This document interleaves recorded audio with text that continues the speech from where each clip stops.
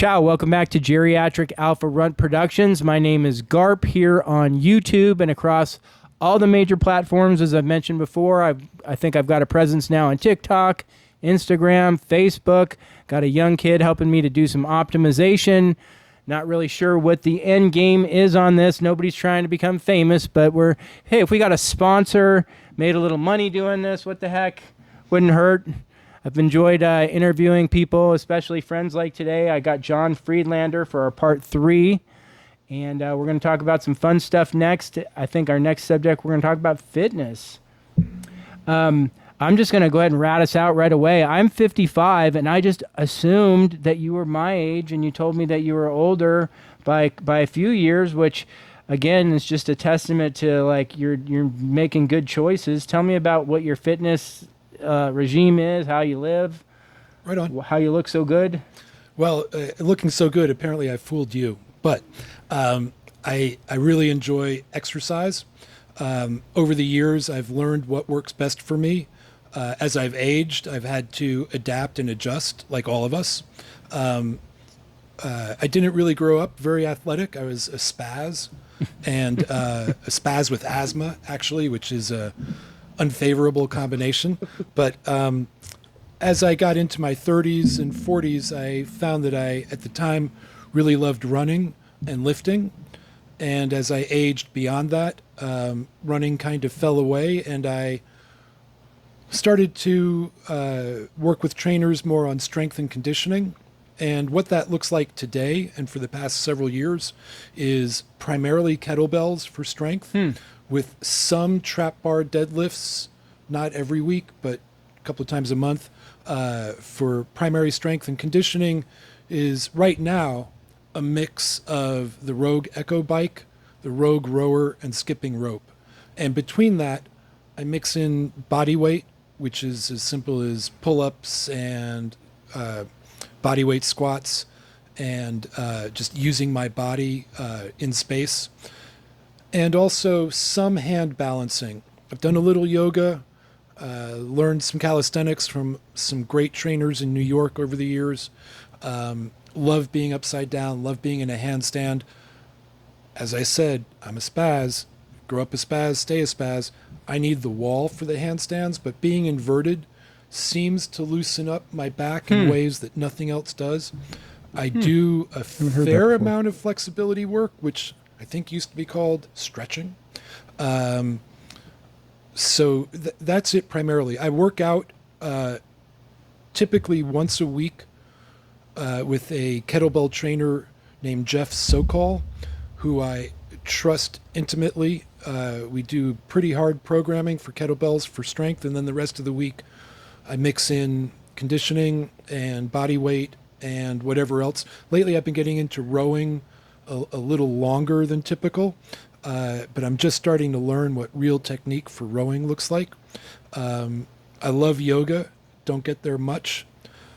Oftentimes, just to add this in, I travel for work. Typically, I'm on the road 20, 25 weeks a year.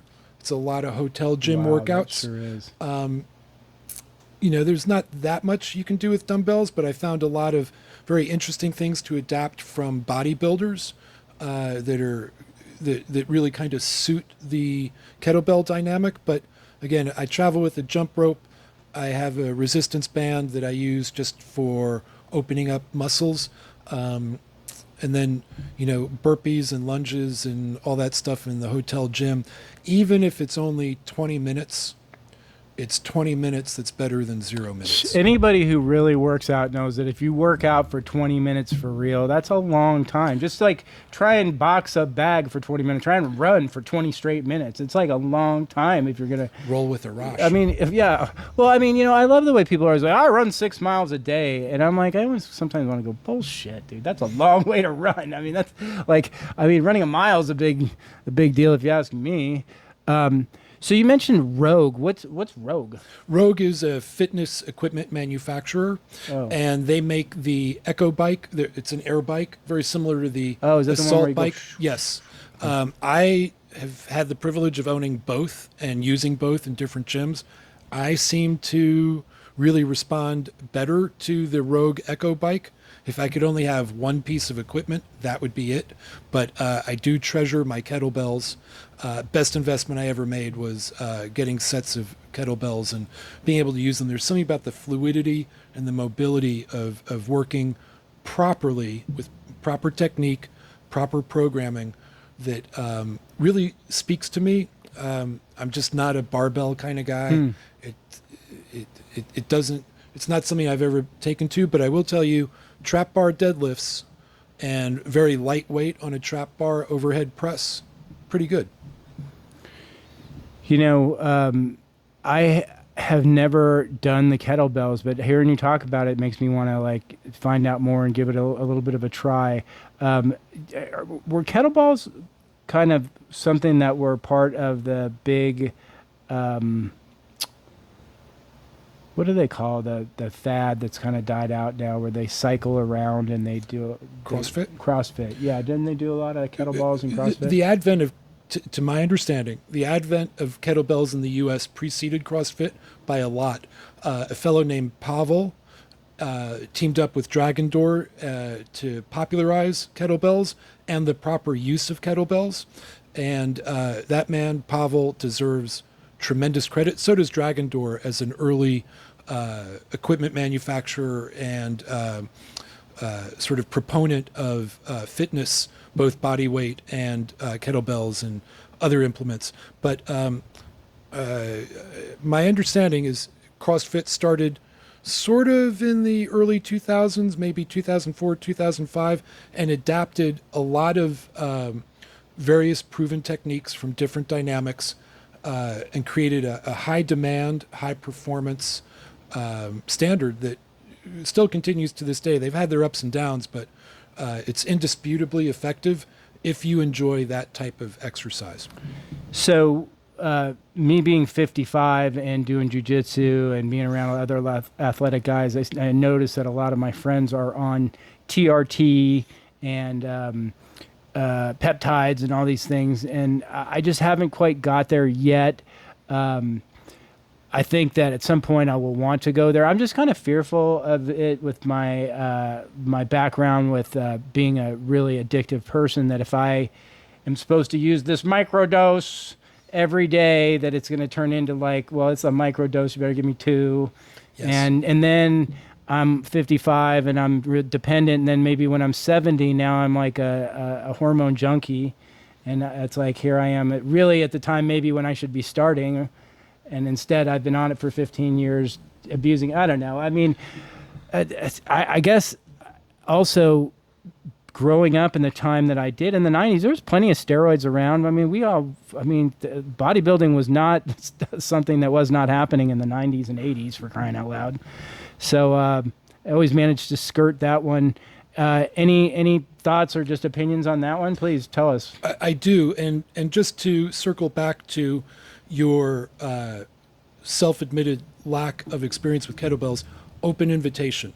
Come over to my place. I will show you what I do. Set and all that. And yeah, and we'll do it safely cool. and have fun with it. I'll take you up on it. We will laugh together while we do it. All right, well, good. I'll take you up on it, because part of the problem is that I wouldn't even know where to begin other than maybe just to like go like this. As long as we have fun with it and we avoid injury. All right, deal. So that sounds good. Regarding a stack, whether that's testosterone or anything else, I have my experience to speak to. I'm a big proponent of creatine. I've been on it for years, and recent studies, past 6 months, let's say, sort of from mid 2025 on, have showed that even increased layers or dosing of creatine are super beneficial. What the muscles don't absorb goes to cognitive improvement, even to see benefits on aging and resistance to muscle loss. I'm a big fan. The challenge with creatines at times is finding the one that doesn't necessarily upset your stomach, but I've done very well with that. I assume you're using powders and shakes. I actually or what? I rotate. I have pill form and powder form. Even with whey protein, my thing is I buy a jug of something, and the next jug I buy is a different brand, different flavor. So I'm not on the same thing all the time. That makes sense. I do the exact same thing with creatine. I rotate through Ooh, it. that whey protein can make you gassy. It can. It can also the bloat, which is hand in hand with that. Yeah. So on the testosterone, my experience is, number one, it's something I'm putting in my body that is a profound element. For me, I'm under a urologist's care for that. They Right. monitor my PSA levels. The serum I use is compounded in their pharmacy, and every 4 to 6 months I go back in. Now I'm of an age, I'm 65, so I'm of an age where there are things that need to be checked anyway, and this is part and parcel of that. I won't pretend that I've increased my biceps, to 32-inch circumference, but I know that my performance, my work capacity has definitely improved on it. What I will tell you, from the consideration of mood change or dependency, I haven't experienced any of that. Not on a rage level or a dysphoric level or a sadness level.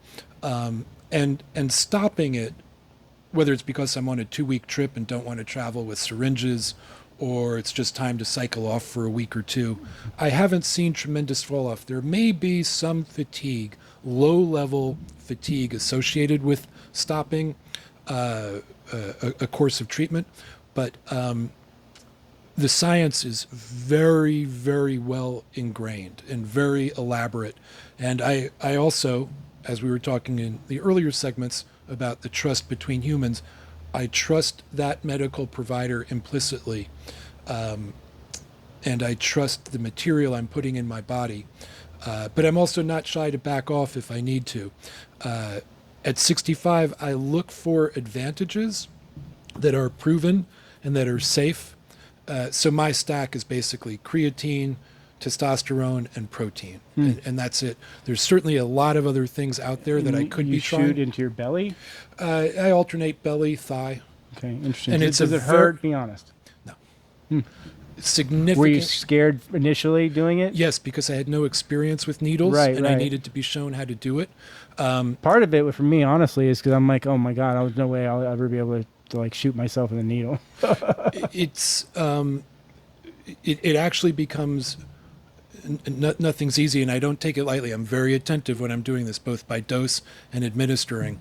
You don't want infection or anything like that, but the likelihood of that, if you follow the protocol, Right. which is it's 3 steps, twice a week, unpackage it in a clean environment.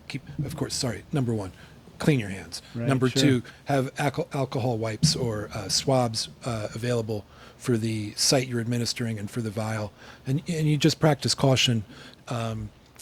If there were significant changes to my mood, my affect, my capability, I'd be off that in a second. Well, it's funny because it's just like anything else. Like something that used to scare you doesn't scare you anymore. Pulling your nose hairs at one point was like horrible. Now it's like, that's easy. Getting a tattoo is horrible. Now it's like not a big deal. You grow up and you just, I still hate giving blood though. I don't know about you, man. Giving blood is like a really So interesting. hard So thing, interesting man. you say that. I've been looking at it as a form of service. It's hard. But also, it was suggested to me by my urologist that I shed red blood cells because testosterone creates more. So you want to be able to just watch your levels to avoid complication. So every 4 to 6 months, I do a either whole blood or double red donation. I think the world of our Central Texas collection group, We Are Blood. They're right up here in Cedar Park and all over the place, but such a great organization. There's a thing, when I say I think of it being sort of like service, it's sharing vitality. It's sharing a fundamental need for potential patients. And it's actually very easy service. You sit there. But I get it. It's oogie. Yeah, I mean, it's not an easy thing to do, that's for sure. So let me change gears for a sec, ask you about music. I know you're a big fan of music. Are you also a musician, or you're just a fan of music? Where did it start for you, and who's the bands, and give us a little summary. So I grew up in New York and started going to shows in the early to mid 70s. Early on, the first big rock show I went to was Robin Trower at Madison Square Garden. I think that was 73 or 74, and it was hugely loud. It was amazing. And I was a big Robin Trower fan. And it started me on an enthusiasm for live music. Like in that performance, what's that band, what's that musician So going your to parents accomplish? take you? No, that was me and 4 classmates. No kidding. Yeah, we got a bunch of seats. The seats were from our parents, but we went as a group. I was living I grew up in Manhattan, so it wasn't a tremendously big deal to go to the Garden. But that concert sort of lit the fuse for me for live music. And then, it wasn't much later than that I was going to the clubs in New York to see some of the New York and other early bands. I thrilled to rock and roll, what I mostly now would call metal, but sort of that hybrid of where punk, new wave, and rock and roll mixed. And in the club scene in New York, it was very accessible, very fun. I was also working as a photographer at different clubs and used that as a vehicle to get into shows and get backstage. Good and thinking. have a box of negatives that always wanted to be made into a book, and I just haven't quite We found the briefly time. touched on that, and we Yes. gotta revisit that. If we do the kettlebells, we have to have you breast that out, and we'll look at it. And Good. got to send it in because, like, if you've got some gold there for yourself. This is mutual aid, kettlebells and my box of negatives. So, tell me about a few of the bands that you saw before they got really big, or like maybe a couple of important ones that you made along the way that were. So from the from the mid to late 70s, being in the clubs in New York and around New York, I had the privilege of seeing like the Talking Heads and the Ramones, Blondie quite a bit, photographing them more for myself than on assignment. My assignments in rock and roll photography came more 78, 79, 80 into about 80, 84. At the various New York clubs. I had the privilege of seeing the Clash perform on Broadway. Wow. At a show at a place called Bonds, and they played maybe 10 or 12 nights. I'm a huge fan of Big Audio Dynamite. Like when I was in college, they were the band, and I know Yes. that the Clash is the genesis of that. But I mean, for me, when you say Clash, I'm like, well, God, Big Audio Dynamite was San Diego State, 1990. Right on. And they were touring at the time that I saw them on Broadway in support of Sandinista. And it was one of those things where I disagreed politically, but the music was the middle ground and the enthusiasm. I was actually at JFK when they came off the plane, kind of like what the Beatles did with the press pool. And it was fascinating. There were some other bands that are not nearly as well known that are dear to my heart. The Bush Tetras, the Ray Beats, the DBs. They were the local club bands in New York. The Bongos, who are now on an amazing resurgence. These were bands that I loved to spend time watching and photographing. And some of them I got to do studio work with as well. I want to say, I went to shows from as early as I could through almost the week I left New York in 2017. Going to shows here in Austin is so refreshing. I'm downtown a lot in smaller clubs or the mid-sized clubs. I have the impression that the bands, the ones that I follow, the ones I want to see perform live, I think they really enjoy playing here, and they're much more accessible in Austin than they would be in New York, at least for me, from my perspective. There's something else I want to mention, the difference in crowds. Yeah, a crowd can get rough, and yeah, there can be challenges, but going to shows in Austin, door security tends to be super polite. The crowds inside, what I've noticed is no one dumps their stuff on the floor. Like they'll walk to the garbage can and come back if they finish their can or their plastic cup. And there's a different sense of civility.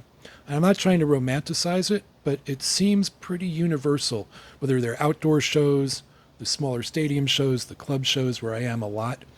And this town gets the doom, stoner, desert rock bands touring fairly constantly. and there's such a good music scene here between and it's hard for them. Post-pandemic, we lost Barracuda, we lost a few other venues, but you look at what's coming up starting the end of this month through May.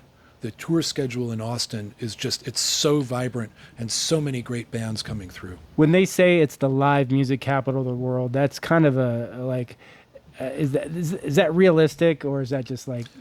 I've never lived in Nashville, but I've gone to a lot of concerts there.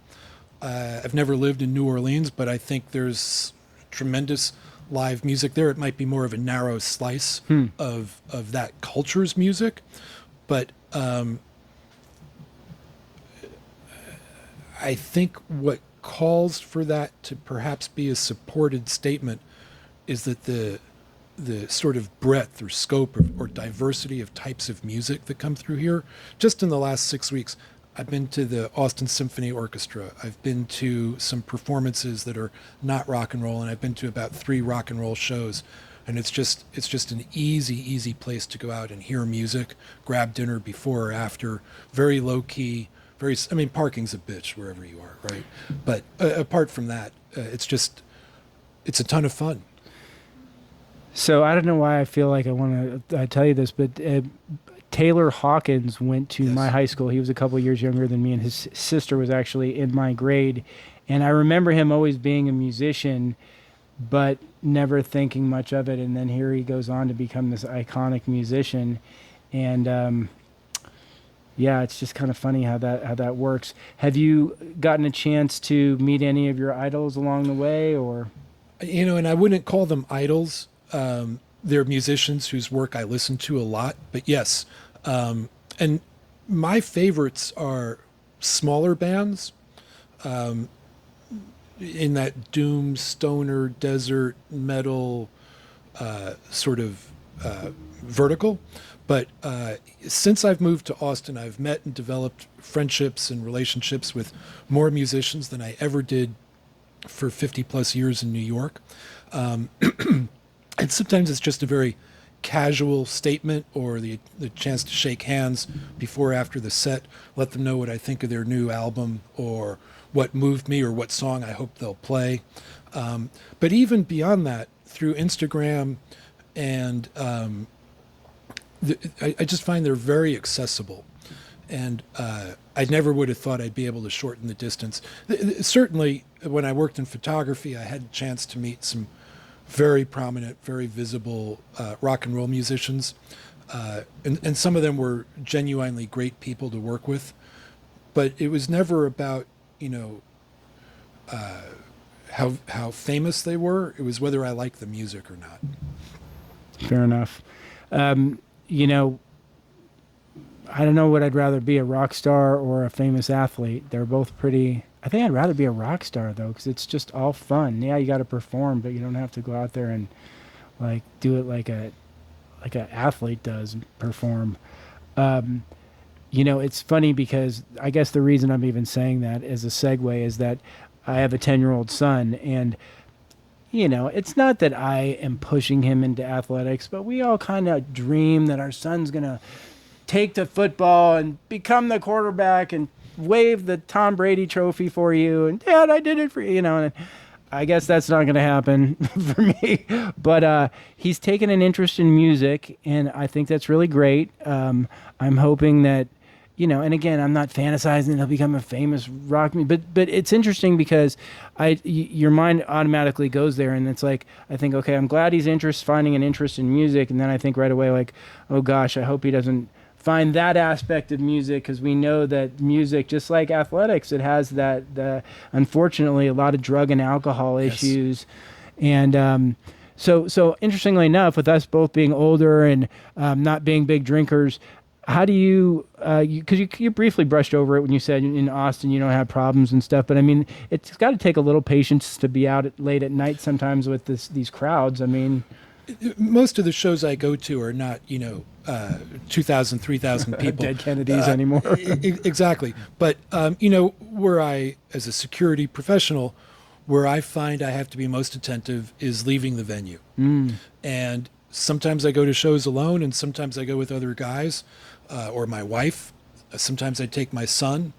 But there are instances where I'm walking alone to my car, even though I just left a crowd of 300, 400, or even just 25 people. So I'm now that sheep or that lamb or whatever the right animal is, that's, separated from the bigger pack. Or if I'm with my son and we went to a show, I'm very attentive and very protective. So it's about security awareness and institutional awareness, what's out of place, and not just getting in the car, but making sure the area around the car is appropriate before I open the doors. But that's no different than, anyone leaving HEB in the parking lot at night. You want to be in a well-illuminated area. You want to be relatively close to the door. You don't want to be in a position where you're able to be surprised or taken advantage of while you're loading your groceries. Not much different than, 1 a.m. on Red River. Give me your 3 to 5 favorite bands, and don't give us your obscure ones that the audience isn't going to know. I want to hear it doesn't have to be vanilla, but let's stick with the name bands. Ramones number 1. Cool. Killing Joke number 2. Sasquatch number 3. 4 and 5. 4 would be probably Crowbar. And they sound rough. They're actually it's sort of doom sludge. Tune low, play slow. And my 5th one, I don't know. There's so many.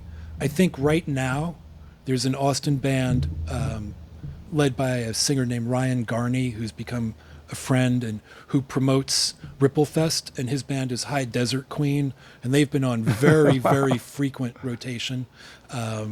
So I want to put a plug in for an Austin band that are genuinely great guys making tons of fun music and doing so much for the music community. All right, so I want to hear your reactions to who I say my favorite bands Please. are, because be honest too, because if you like these, You know me.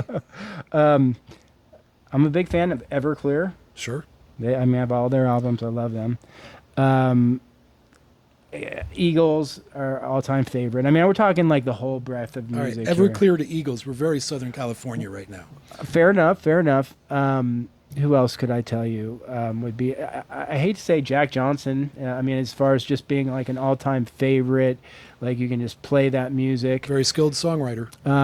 Jackson Browne would be an all-time favorite of mine for sure, because we still play Jackson Browne all the time because I have all the albums and we have an old record player. It's actually a new old record player. But we play records to go to bed because they actually shut off after 30 minutes as opposed to just going on all night. And that way we get to share this music that my parents played for us that I just love so much. So Jackson Browne, are you a fan of his by chance? I wouldn't say that I listen to him consistently. I respect what he did music-wise. And I was just thinking, as you said his name, he's due for a resurgence. It seems like there's so many artists making a chrysalis move from 20, 25 years ago. You never He's know. Still out, doing his thing. I don't amazing. read much about him. And even though I'm not necessarily a driven fan, I read everything about music. Boy, I'm kind of on the spot now to pick anyone else. How about real quickly, give me your top 3 movies. Do you have 3 favorite movies that you would tell people are great movies? Got to watch them. Number 1, 3 Days of the Condor. Gosh, I gotta watch that. I've heard of that. Yeah, it's a late 70s intelligence spy movie. Is Timothy Hutton in that? No, That it was was Falcon and it Snowman. was Robert Redford and was it Faye Dunaway? Say the name one more time. 3 Days of the Condor. Okay, all right.